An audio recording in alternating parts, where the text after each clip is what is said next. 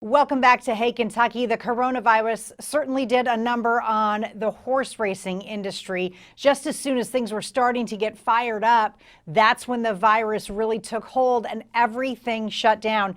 We are pleased to be joined now by Bob Elliston, who is the Vice President of Racing and Sales at Keeneland.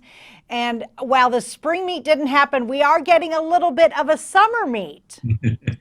Yeah, that's something new for all of us at Keeneland. Honestly, I wish we would have. I'd trade places. I wish we could have raced for 17 days during the spring, but obviously it did happen, as you noted, right before we started racing. 2 weeks actually prior to us getting started, the world kind of turned upside down, right? And we do feel fortunate that we are able to come back in these unique circumstances and bring live racing back to so many fans that love this.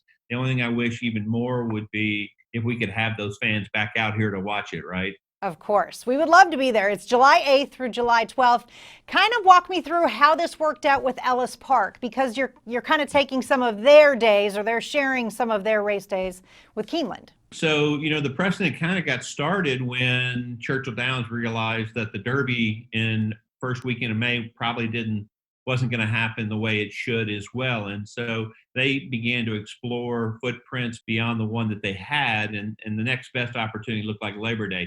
And that's something I think your audience needs to know. There's always a track running in Kentucky, but there's not two tracks running at the same time. And it's called a circuit.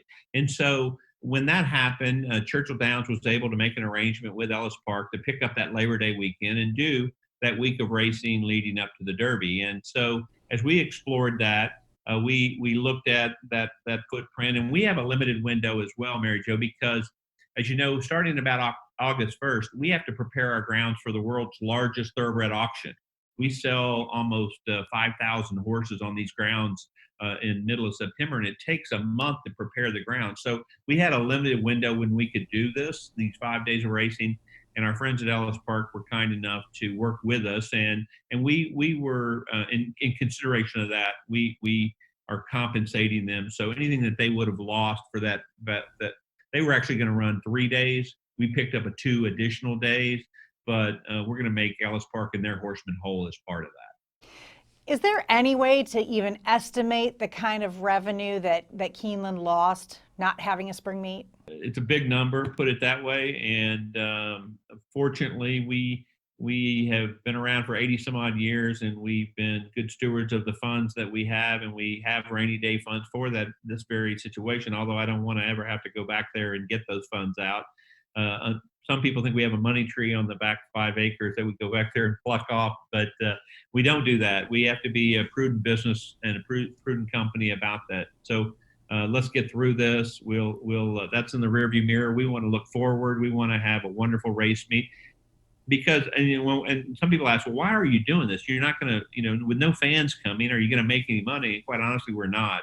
What is more important, and I think this is critical, Mary Jo, to your audience, is in Kentucky, so many people depend on that purse money for their livelihoods. It pays the feed man. It pays the help that are caring for these horses. I don't know if folks realize, but since March, we've had over 600 horses on our grounds that people have been taking care of. And until Churchill Downs started running a couple weeks ago, those folks had nowhere to go for revenue to pay those expenses. So that's really important to us, is to be able to get that purse money in the hands of those horsemen, so that they can reinvest, buy more horses in the fall, and keep this economic cycle going. And listen, wagering has been, fairly heavy. Yeah, actually, you find patterns have changed. So if you can't come wager on track, and this is interesting. A couple of things came together. If you a perfect storm is probably not. There's not anything perfect about the storm we're in.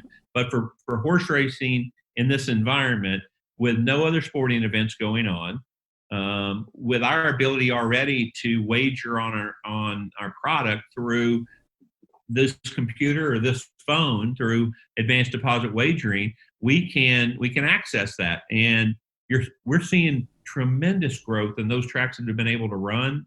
I just heard today on a meeting with one of the Kentucky Horse Racing Commission meetings. Last week, Churchill Downs handle was up 132% over the same period last year. and they had 0 on-track wagering. So folks are finding a way, and we're finding new people coming to our sport who can't maybe get their fun juices going with wagering on a football game or a basketball game or a baseball game. They're finding it here in the horse business. Well, Bob Ellison of Keeneland, we are so glad you get to at least have some racing out there. And let me know where those trees are on the back 5 acres. I'm going to head out there later. Got a big fence all the way around it. Well, thank you so much. We appreciate you being with us. Thanks for having me. Have a wonderful evening. You too. More Hey Kentucky right after this.